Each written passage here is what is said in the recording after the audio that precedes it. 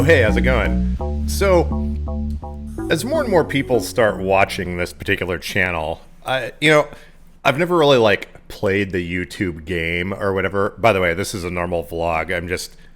I have this camera, so I figured I might as well use it now. But as more and more people start watching, I start thinking, what is the theme of this channel? And, I've never really been able to answer that. Yeah, it's like I use a wheelchair to get around, and sometimes I do wheelchair reviews, sometimes I do repair videos, and a lot of times I do absolutely nothing, and I just record it. So I still can't exactly say specifically what the theme or what it is that I do on this channel. It's been like 4 years now, but I'm just going to keep doing what I do, I guess. Today's a classic example of that. It's nothing too insanely outrageous or exciting. I'm just working on the van, making some coffee, and I think that's about it. But anyways, I guess you could just say it's me going about my life and making random comments along the way. I never really talk about what I do for work or anything. This is just kind of like my off-time, part-time thing I've been doing in it. If nothing else, it keeps my mind occupied, and having a rhythm going through and making videos and all that stuff definitely helps me out. And there's some people that I watch that vlog on YouTube. I have absolutely no idea why I like them. They're literally just filming themselves doing errands and eating food. So I don't know. I don't know why I felt it necessary to say this, but there you go. Yeah, here's some video footage from the last few days. So yesterday I randomly kind of decided to someone blocking the street. Hang on. Anyways, I got into the van. I forget exactly what I was doing, but it kind of erupted into stereo installation. And I'd been having an issue with the power locks on this thing, where you gotta hit the button like 5 or 6 times before all the doors would lock or unlock. Well, I think I figured out the problem. So the stock stereo setup in this van has 6 speakers. There's 2 in the front doors, 2 in the middle, and 2 in the rear doors. And they basically just parallel together the rear speakers. I put a new head unit in here, but I'm not sure if it had enough power. Well, actually, it's usually not good to parallel 4 speakers together. Anyways, I took these panels off the back doors and unhooked these rear 2 speakers. Since they're way back here anyways, I would rather have more power going to the front ones. But anyways, when I did that, there is a switch that goes right here on the back to lock and unlock the doors. And this switch has never worked. But when I pulled the door panel off, I noticed our connector here has a couple wires that are not hooked up. So I sort of extrapolated based on the length of the wires that this one goes here and this other one goes here. Hook the switch up, locks work perfectly. Now the way power locks work on vehicles up until, well, pretty much all vehicles that had power locks up until the point where they started using CAN bus networks. Every switch in the circuit has to be connected because the power flows through all of the switches for the system to work. It's got a set of normally open and normally closed contacts on each side. So when you're not pushing the button, if the switch isn't connected, the rest of the locks are not going to be getting the full amount of power. But anyways, when I hook these wires back up and then click this button, everything worked fine. But I got to noticing here, there were some water leak issues on the back of this van. There's a little bit of body work that was done, and when I got it, the rear doors were not adjusted properly. But if you notice here, we've got a little bit of corrosion on these contacts. And then also looking where the switch comes out, we've got a little bit of rust and signs of some more corrosion here. So I'm not sure exactly what happened, but these connectors snapped off. The rest of the connector's still down inside there. So I'm gonna I've got my hook and pick set. We're gonna pull these out of here, and then I've got our 140 watt soldering iron and a power inverter on wheels over here with a built-in battery. So we're gonna rip these out of here, resolder them up, and get this repaired. Then our power lock should work properly.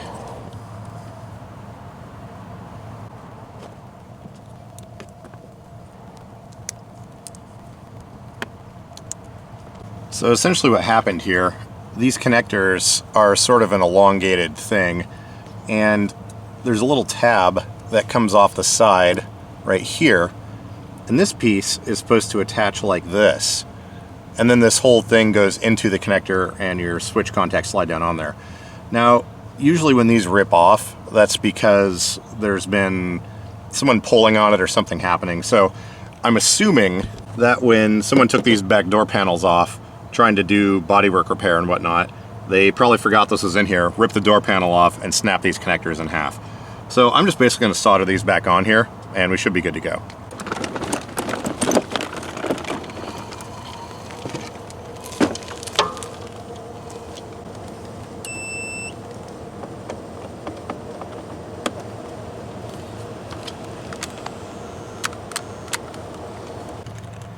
Now, I did just realize I probably need some pliers for this. These are going to get very, very hot. All right, there we go. Get some little mini stork nose pliers. And we're going to start off by tinning these connections. I really like these old school soldering irons. They heat up in a couple of seconds. And boom, already hot.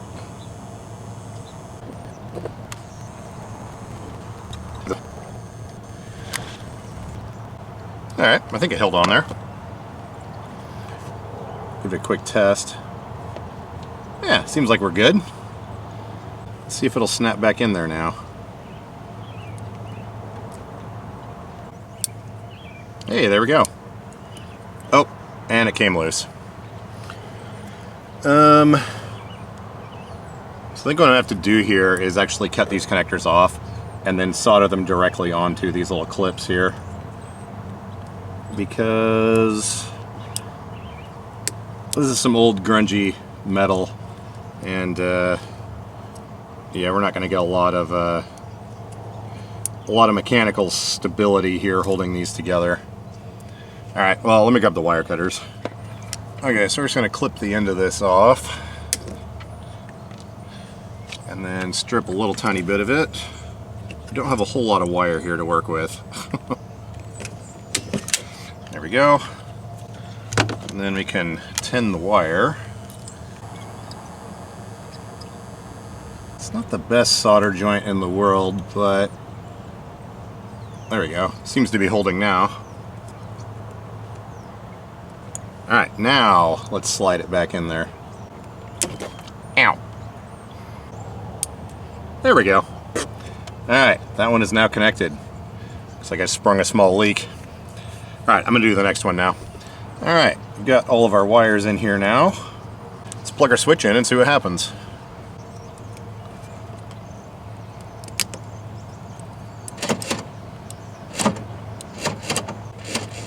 Alright, I think we're good. Cool. Oh no, do I have to take the door panel off to stick this back in here? Yeah, I think this connector is a little bit wider than the hole in the door panel. Well, that's annoying. Seriously? So we can just brute force it in here. This is probably how it got broken in the first place. Yep, door panel's gonna have to come back off. Well, I don't feel like doing that right now, so we're just gonna leave this. We're just gonna leave this hanging for now, and call it fixed.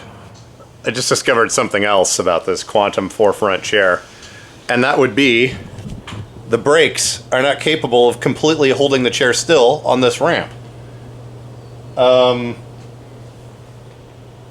There's no way this ramp is above the rated specifications of the chair, but here, watch.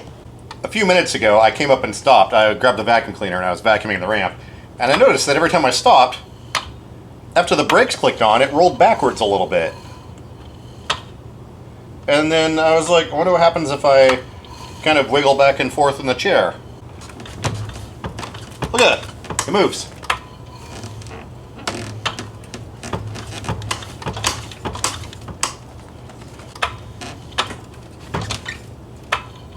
Okay, so it doesn't do it every time you stop, which I would argue is more of a problem because it's not consistent. Okay, now it's stopping.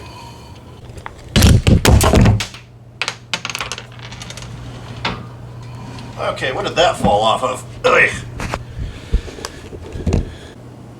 Did it break? Do we still have audio? Part of the microphone came off. So it turns out the gimbal in the camera has an auto shutdown to keep it from getting damaged, but our microphone here, let's see if this will snap back together. Okay, it's a good sign. It looks like this might just snap on here. That's why I have insurance on my cameras. Looks like this goes this way. Alright. I think we're good. Switch still works. This prosumer stuff, everything's expensive. Like this microphone is like $150. But it integrates with the hot shoe built into the camera, so you kind of have to have it. Alright, let's put this back on. Okay, I think we're good. First time I've dropped this thing. Yeah. Anyways.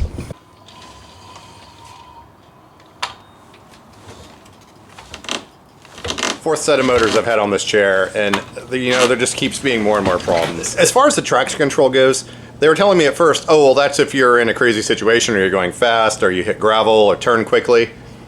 Allow me to show you a clip of all it takes to trigger the traction control. I was over here in the garage the other day, and I remembered that there's a camera up here. So I pulled the security footage off. I was moving at slow speed. I wasn't even turning. Well, I was turning a little bit, but check it out.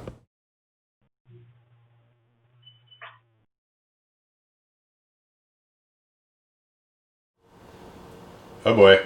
Okay, there we go. Focus. Man, I thought for sure I was going to break something on this camera, but I think we're good. Anyways, got that lock switch on the van fixed. The power lock seemed to work a little bit better now. You can push the rest of the buttons anywhere in the van, and they operate with one button push. Before you had to hold it down and then push it like 6 more times. But, wait, 2002? Thing's like almost 20 years old. It's weird that a new vehicle that seems new and nice to me is like almost 20 years old. Wait, what year is this? Almost 2021. Anyways. Oh, so another random side note. I, just like everyone else, don't always have proper motivation. So what I've started doing, anytime I go through the house and I see something that is somewhere it's not supposed to be, I'll pick it up and grab it. Like say for example, if I see charging cables or camera cords, I've got a spot that those go. If I see stuff that needs to be recycled, if I'm just going between in here and the garage, I'll just grab the recycling and take it out as I go. Like for example, this. And this needs to be recycled. This is actually garbage. And I've been here over a year now, or actually just about 1 year. And I haven't completely finished unpacking yet, which is sort of absurd. But also at the same time, there's a lot of stuff to do and a lot of sorting. So that's one way I deal with it, to make sure I'm feeling like I'm doing something every day at least, is anytime I pass something that's not where it's supposed to be, like this pile of stuff right here on this chair, I set this here because it's closer to the door and I need to take that inside. So when I pass by going back in, I'll grab that stuff and put it where it goes. But yeah, that's one little thing you can do. Even if you're not making huge amounts of progress, if you want to clean your garage or your room or something, every time you pass by, just grab one thing and put it where it's supposed to go.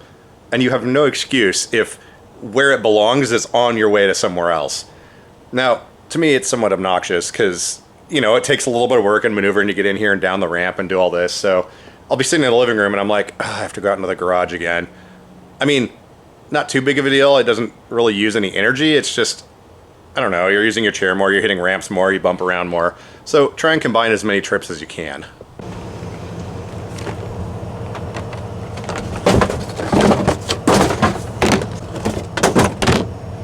I think this camera might be glitching. I just recorded a whole bunch of stuff and it didn't record any of it. We're going now. Anyways, as far as getting the stereo in the van, I was in here the other day and I think I was vacuuming, but I decided to just pull off this panel and see what the speakers look like in there. This just clips on, you don't really need any tools to remove it. I found there's actually a lot of space back there to mount amplifiers and stuff behind that panel, but also Ford uses some strange sized speakers, so the ones that I happen to have in stock won't fit, so I'll have to buy some new ones. But I'd already changed out the head unit maybe a month or so back. Wow, I need to clean the screen on that thing. But that thing's set up with a bunch of different outputs and stuff, so you can run amplifiers and things. So I got the RCA cables run from that. They go up, over, down here. all the way down through the headliner and then pop out down there back by the sub. And this is a sub that was in the old green van. It's one of those bass tubes that has a built-in amplifier. Yeah, there's some of the connections down there. But it's got a built-in amplifier, a little 10-inch subwoofer, and yeah, pretty cool setup. It's got one of these bass knobs too, so you can put this up front. I still need to run the wire, but this allows you to change your subwoofer volume from the front. And what's cool is it uses a regular telephone cord. So you can make this any length you want. You just go buy some phone cord, run it wherever you need to, and you're good. Also had to run some more power. We've got the giant feed coming into the lift here, and I added this terminal block, which has a fuse holder in it. And we ran that back into here. Goes through here, into the back and all that. I still need to run this wire. Actually, I need to buy one that's a little bit longer because that won't run all the way up front, but because for me, driving and listening to music is one easy way to decompress or whatever. So having a decent stereo in here is kind of mandatory. But anyways, that's where we're at right now. I think I'm done in the van for today, so we'll see what else is going on.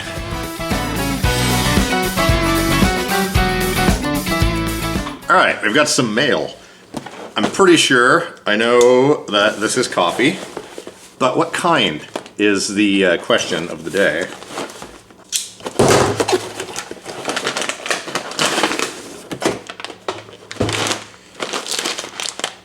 Ooh, this is a new one. It's called Wake the Flock Up. Look at that. So it says, loud, vibrant, and unwavering blend. Nice. Medium roast. Let's see, can I smell this one? Oh yeah, it smells great. Well hey, I appreciate the people that send me coffee. This is, again, a 5-pound bag, so this will last a little while. But I usually mix up a couple of different batches and then pull off of both of those for, I don't know, maybe a week at a time. But yeah, if there's any random prepackaged coffee that you guys like, feel free to send it. I'm sure that goes without saying.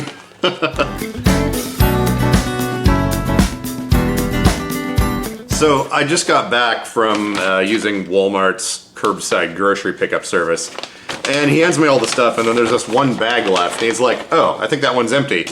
So I look inside of it, and I was like, oh wait, there's one thing in here. Random sparkler birthday candles, like super anemic looking ones. I didn't order these, and I was like, these aren't mine. And he looks at the side of the box and it has my order number on it, and he's like, well, there you go. Last time I used the Walmart pickup service, they sent me random Legos. So yeah, I don't know. Warning, to extinguish, put candles in water. Be sure flame is completely extinguished when not in use. I have a feeling we should probably light one of these. I'm not quite sure what sparkling birthday candles do, but I guess we're gonna find out.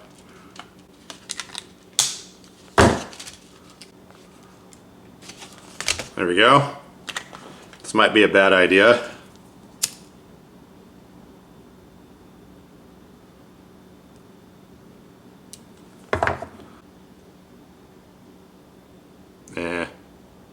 So far, just looks like a birthday candle. Oh. I guess they do sparkle a little bit. Huh, well there you go. I guess as advertised. I should probably check and make sure I didn't pay for these.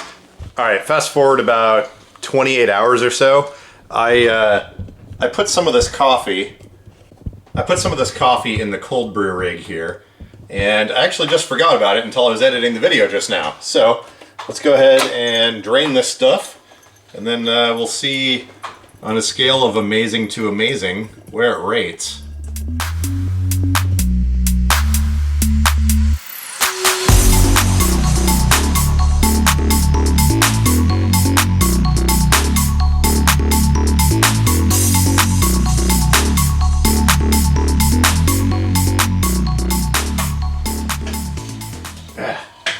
Opening a dishwasher in a wheelchair is super annoying.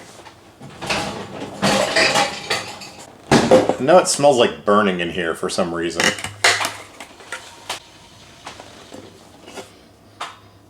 Smells delightful.